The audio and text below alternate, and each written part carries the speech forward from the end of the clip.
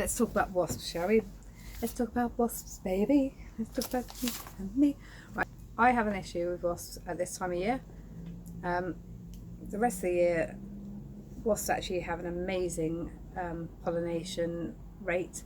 They're fantastic for cleaning up debris, carcasses and aphids and anything that's rotting and dying. Wasps are spot on for cleaning up. I love wasps up until about now, and right now they're attacking my hives.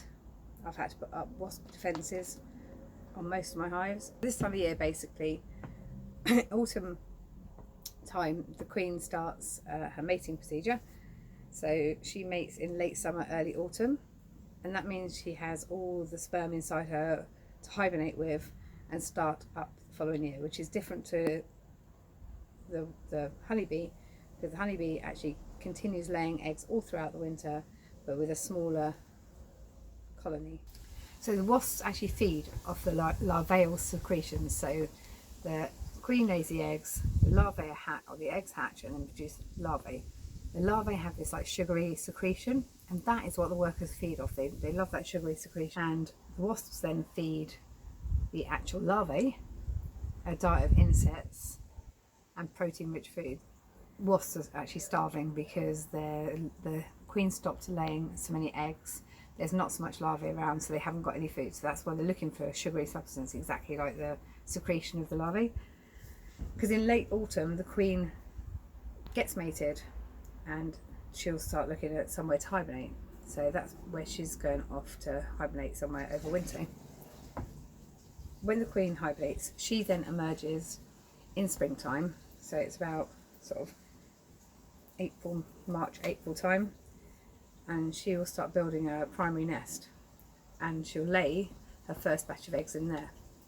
Now that first generation of workers won't be able to do anything other than forage for her, basically, and the queen goes out and feeds on nectar because she needs as much carbohydrates as possible, because she needs it for the energy. And then there's a secondary batch of workers built in a bigger nest. The secondary nest, which is much larger, the queen just continues to lay worker wasps and worker drones, and the actual wasp nest can be up to 20,000 to 30,000 in size by the end of summer. So they're pretty large. So there's a lot of wasps kicking about at the end of summer which don't have anything to feed on. This is why the wasp workers are antsy. They want sugar. They're getting really annoyed. The actual wasps itself will last 12 to 22 days, and then they die off. So although they're going to die off at the end of summer, they can wreak havoc in pub garden because they eat meat and they eat sugar, but they're looking for sugar particularly at this time of year. So any orchards, you want to clear up all your apples and stuff like that.